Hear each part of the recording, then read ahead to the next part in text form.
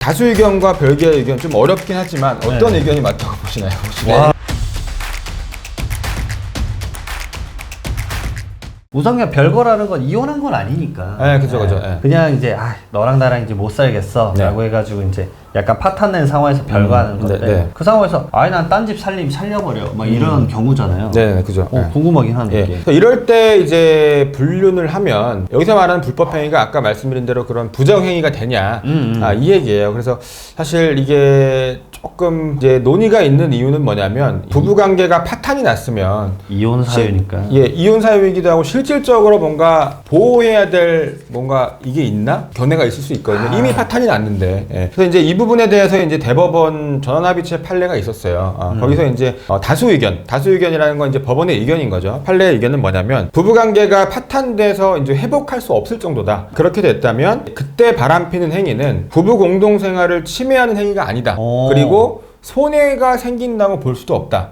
손해가 없다는 얘기예요. 이렇게 보고 있어요. 그렇기 때문에 사실 이 논리에 따르면은 그냥 파탄이 났으면 나서 이미 따로 살고 있으면 이제 그게 부정행위로 인해서 불법행위로 뭐 이제 책임을 물을 수 없다. 이렇게 보는 거죠. 근데 이제 이 판례 전원합의체 판결이라는 거는 판례를 바꾸는데 의견이 갈린다는 얘기거든요. 그래서 여기 별개 의견이 있어요. 별개 의견이라는 건 반대 의견은 아니고 결론은 같지만 이유가 다르다. 그게 별개 의견인데 별개 의견에서 파탄 난 것만으로는 부족하고 이혼 청구도 있어야 된다.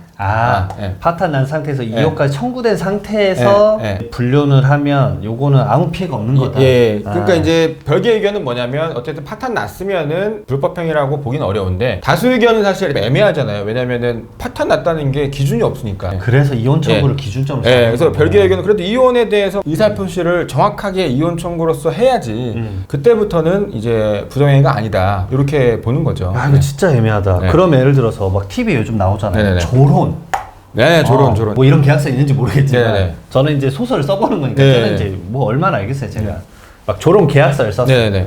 우리 각자 연애관도 존중해주고 막 이렇게 했어요. 그게 과연 어떻게 될까? 만약에 이제 조론 계약서를 썼고 실제로 그거에 따라 이행이 돼서 이제 부부관계가 오랫동안 교류가 없고 별거가 됐다. 그러면 그 계약서보다도 실제적인 판단에 따라서 이제 파탄 났다고 볼 수도 있겠죠. 그럴 때는 이제 그럴 것 같네요. 그럴 때는 이제 바람을 펴도 불법행위가 안 된다는 얘기인데. 그렇죠. 손해가 없으니까. 다수 의견과 별개의 의견 좀 어렵긴 하지만 어떤 의견이 맞다고 보시나요? 혹시 일반적인 어떤 상식적인 관점에서. 근데 지금 점점 이제 대한민국 부부 생활에는 그 대법원 지금 별개 의견보다는 다수 의견이 맞는 것 같긴 해요. 그래요? 이혼 청구가 없어도 그냥 왜냐면은 그냥 각자의 삶을 프리하게 사는 형태가 돼버렸으니까. 이미 돼버렸으니까 이혼 청구를 안 해도. 그리고 거기다가 이제 그 개념이잖아요. 사실은 이제 결혼이란 무게가 주는 게 과중하게 느껴져서 이제 막 결혼을 해야 되는 사람들은 이제 동거 개념으로 좀 가고 싶어서 동거 개념을 오히려 국가에서 도입하고 인정해주자라는 관점까지 가고 있는데 그 동거가 별거를 한 사람도 그 동거에 대한 시스템을 적용받을 수도 있잖아요. 그렇죠. 그러니까 그 나이대로 무조건 쪼개거나 결혼했으니까 쪼개야 된다 이 개념은 아닐 수 있어서. 근데 이제 그걸 말씀 주신 대로 이 완전 파탄 정도를 어떻게 측정할 거냐 너무 케이스 바이 케이스일 것 같아요. 그래서 뭐 저 개인적으로도 결론에 있어서는 이제 수긍할 만한데 저 개인적으로는 별개 의견이 좀 더 타당하다고 생각을 하고 있거든요. 그래서 사실 이 부분은 학술적인 얘기긴 한데 간단하게 말씀드리면은 일단은 뭐 이 기준이 애매하다는 게 먼저 첫 번째 이유죠. 왜냐하면 파탄 났다는 것은 좀 이제 애매한 면이 있기 때문에 그 기준에서 이혼 청구가 있다는 것은 사실 어떻게 보면 명백한 기준이잖아요. 그러니까 이게 그게 첫 번째 이유고, 두 번째로는 이제 우리 사회에서 부부관계는 파탄이 났어도 이게 어떤 자녀에 대한 문제나 경제적인 이유로 이혼은 하지 않는 경우가 또 있어요. 맞아요. 그러니까 다수 의견처럼 파탄 났거나 잘 살거나 이 두 개가 아니고 파탄 났거나 잘 살거나 말고 파탄 났지만 이혼은 하기를 원하지 않는다. 이게 왜냐면 어쨌든 자녀한테 뭐 어떤 이혼 부모다 이런 어떤 딱지를 좀 남겨주고 싶지 않고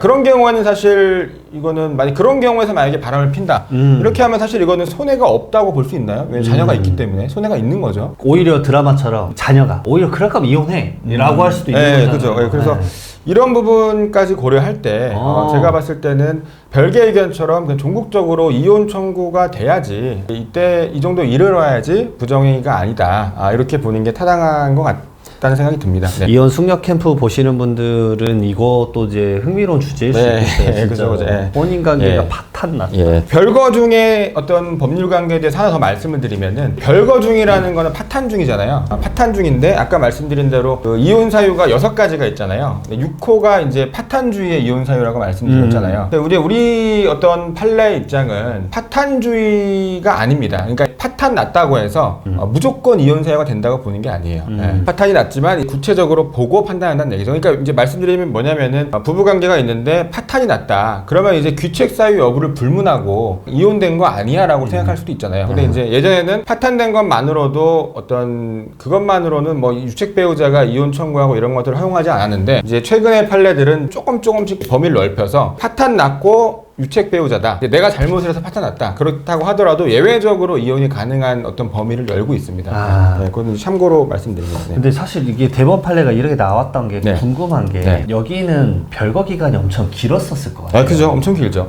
그냥 뭐 단순하게 잠깐 나가서 싸워서 잠깐 나고 이런 정도가 아니고요. 최소 몇 년 이상 이렇게 되는 거죠. 얼추 판례는 뭘 약간 정하고 있나요? 얼마나 별거를 하면 그러니까 말 그대로 파탄주의로 볼 만한 기간인지 그렇게 사실 정할 수는 없고요. 딱 정할 수는 없겠지만 정할 수는 없죠. 그래서 최소 그래도 뭐 한 3, 4년 이상은 되는 케이스가 많고요. 결국 한 3, 4년 별거했으면 진짜 그러면 그동안에 얼굴 안 볼 정도면 얼굴도 안 볼 뿐만 아니고 이제 아까 말씀드린 대로 그 기준을 정할 수가 없는 게 얼굴은 안 보지만 또 만약에 뭐 서로 돈은 주고받았다 이러면 또 애매하잖아요. 그러니까 이제 기간이라는 게 정확히 정할 수도 없고 제가 말씀드린 경우는 얼굴도 안 보고 아예 교류도 없다. 아예 그냥 따로 이제 경제적으로든 현실적으로든 따로 산다. 이 정도가 돼야겠죠.